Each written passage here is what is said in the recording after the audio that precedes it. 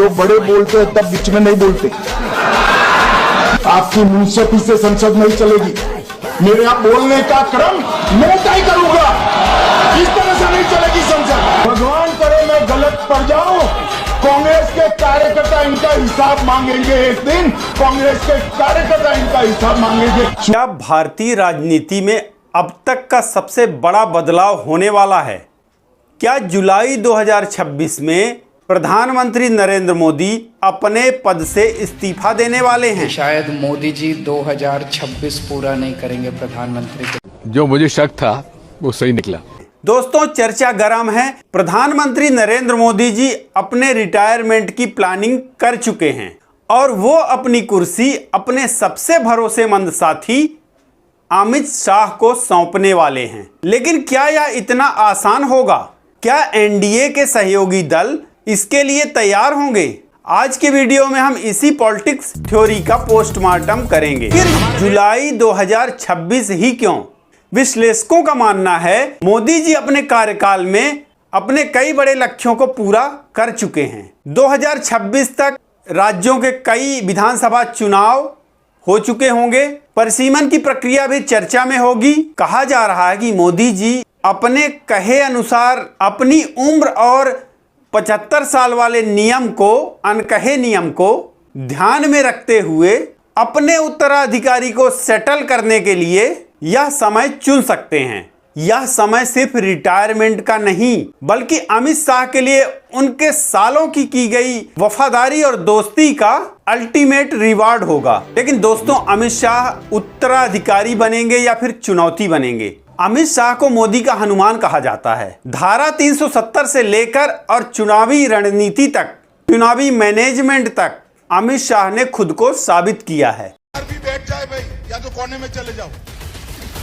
अरे आपको कह रहा हूं मैं, बैठ जाओ या तो कोने में चले जाओ। लेकिन असली पेच जो है वो यहां फंसता है। 2024 के नतीजों के बाद बीजेपी को सहयोगियों जैसे कि नीतीश कुमार और चंद्रबाबू नायडू इनकी सख्त जरूरत है। सवाल यह है कि क्या अलायंस के पार्टनर अमित शाह के नाम पर मुहर लगाएंगे? अमित शाह की छवि एक सख्त प्रशासक की है। सूत्र बताते हैं कि सहयोगी दल मोदी जी जैसा सॉफ्ट पावर खोना नहीं चाहते और अमित शाह के सख्त रवैये को लेकर थोड़ा सा हिचकिचा सकते हैं। और सिर्फ सहयोगी दल ही नहीं, क्या बीजेपी के भी कई सीनियर सांसद और गुट इसके लिए तैयार होंगे? दोस्तों, प्रधानमंत्री नरेंद्र मोदी जी का कद इतना बड़ा हो चुका है कि उनके जाने के बाद बीजेपी पार्टी में वैक्यूम भरना बड़ा मुश्किल हो जाएगा। मैं कहना चाहता, बम धमाके हो रहे थे, निर्दोष लोग मौत के घाट उतारे गए थे, लाखों की जनमेदनी थी,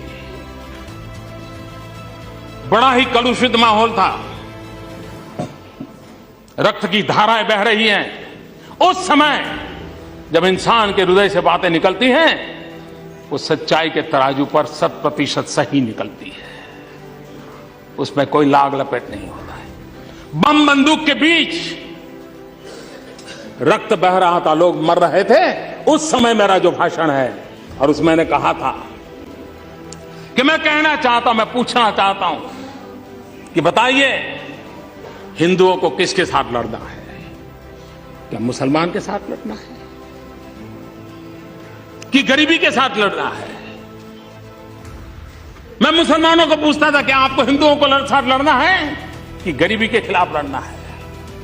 और मैंने कहा था, आइए, बहुत लड़ लिया, हिंदू मुसलमान एक होकर के हम गरीबी के खिलाफ लड़ाएंगे। पटना के गांधी मैदान में बम बंदूकों, पिस्तौल और गोलियों के बीच में उठाई हुई आवाज है। अगर मोदी जी अमित शाह का नाम खुद आगे बढ़ाते हैं तो फिर शायद विरोध की गुंजाइश कम हो जाएगी। लेकिन राजनीति में इफ और बट हमेशा रहते हैं। आपने देखा अमित शाह को, हाथ देखा अमित शाह का कांपते हुए ऐसे देखा? क्यों? आज क्यों कांप रहा था मैं बताता हूँ। क्योंकि ये बहादुर जब ही है जब इनके हाथ में सत्ता है। जैसे ही इनके साथ से सत्ता निकलेगी, आप देखना इनकी बहादुरी कहाँ जाएगी। क्या अमित शाह को इतनी बड़ी स्वीकार्यता मिलेगी जितनी की मोदी जी को मिली हुई है? दोस्तों, अगर मोदी जी 2026 में रिटायरमेंट होते हैं तो वो भारतीय इतिहास का सबसे बड़ा राजनीतिक दांव होगा। वह अमित शाह के लिए एक बड़ा रिवार्ड भी होगा और बीजेपी के भविष्य के लिए एक बड़ा टेस्ट भी। लेकिन सवाल यही उठता कि क्या मोदी जी किंग मेकर बनकर खुद पीछे हट जाएंगे? सिर्फ ये केवल अटकल मात्र है, अटकलें लगा रहे हैं लोग। आपको क्या लगता है, अमित शाह मोदी जी की जगह ले पाएंगे? उनको जन स्वीकारिता मिलेगी?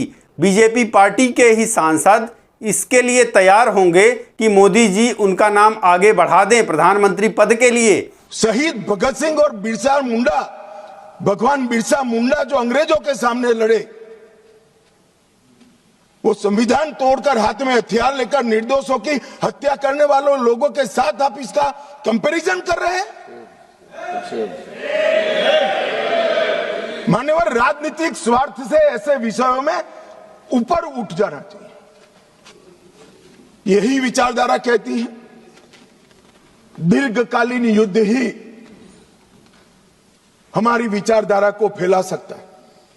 उनको अपनों का भी खून बहाने से कोई परहेज नहीं। और उनके आदर्श देखिए साहब, 10,000 साल के हमारे उपलब्ध इतिहास में कितने आइडियल आदर्श पुरुष, स्त्री, युवा हुए, एक बहुत बड़ा लिस्ट बन सकता है। इन्होंने तिलका मांझी को अपना आइडियल नहीं समझा। या मोदी जी को रिटायरमेंट हो जाना चाहिए, या फिर गठबंधन की सरकार में से कोई ऐसा चेहरा निकल कर आएगा जिसको मोदी जी आगे बढ़ाएंगे। और वहीं एमपी से निकाल कर लाए गए शिवराज सिंह चौहान भी तो कतार में हैं।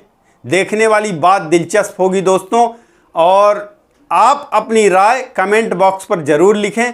वीडियो को लाइक करें, शेयर करें, चैनल को सब्सक्राइब कर लीजिए। बहुत बहुत धन्यवाद। नमस्कार।